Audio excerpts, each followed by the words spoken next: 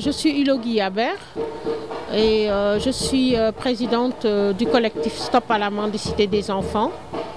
Et donc je reviens d'Espagne là où j'ai eu un prix pour ce combat qui a été décerné, qui s'appelle le prix, le 16e prix international de la solidarité de Navarre.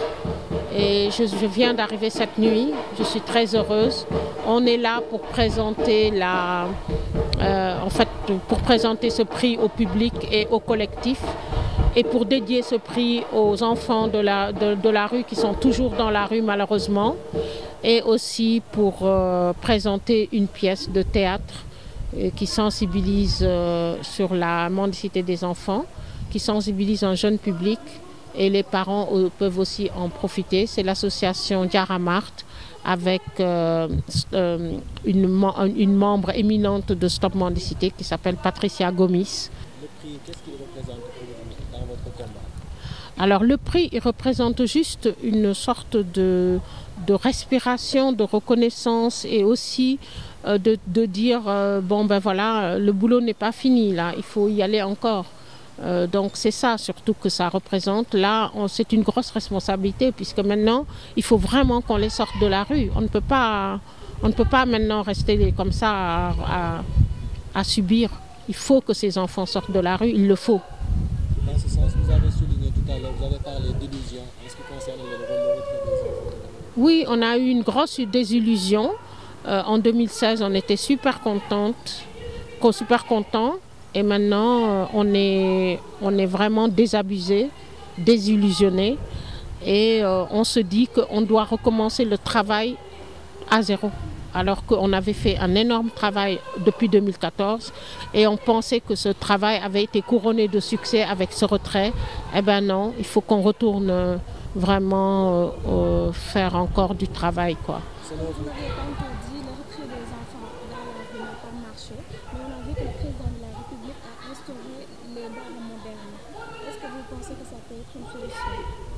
Il n'a pas instauré les daras modernes, hein, ça se saurait. Ou alors c'est vraiment une très petite quantité ou un dara moderne pilote. Parce que s'il faisait vraiment, s'il mettait en place les daras modernes sur tout le territoire, je pense que vous verrez moins d'enfants dans les rues. Et il faut que ça s'accompagne, ce projet des daras modernes que nous soutenons, il faut que ça s'accompagne de démantèlement des faux daras. Parce que c'est les faux daras qui fournissent le gros du bataillon des enfants qui sont dans les rues aujourd'hui. C'est des faux daras. Il y en a eu qu'on a démantelés à Guédiawaye par exemple. Le maire de Médina, quand il a fait son arrêté anti-mendicité des enfants, il a démantelé des daras dans sa commune. Tout le monde le sait qu'il y a des faux daras, ce sont des mafias, ils viennent de je ne sais où, ils amènent des enfants, ils les mettent dans des maisons insalubres, ils les font mendier de 6h du matin à 22h. Donc ils n'apprennent pas le Coran. Ben, nous, la stratégie, c'est d'interpeller encore une fois le gouvernement, l'État, pour appliquer les lois qui existent avec tout l'arsenal juridique qui existe déjà. Donc, si on se contentait d'appliquer ce qui existe déjà, il n'y aurait pas d'enfants dans les rues. Parce que la loi 2506, elle criminalise la traite des enfants. Et aujourd'hui, elle n'est pas appliquée. Donc, ce qu'on demande à l'État, c'est d'appliquer les lois déjà qui existent. 1. 2. Nous appelons les maires, tous les maires du Sénégal, à suivre l'exemple de la Médina et de la commune Colobane-Gueule Tapée qui ont fait des arrêtés en interdisant la mendicité dans leur commune. D'ailleurs, nous appelons aussi l'État à décentraliser sur les maires.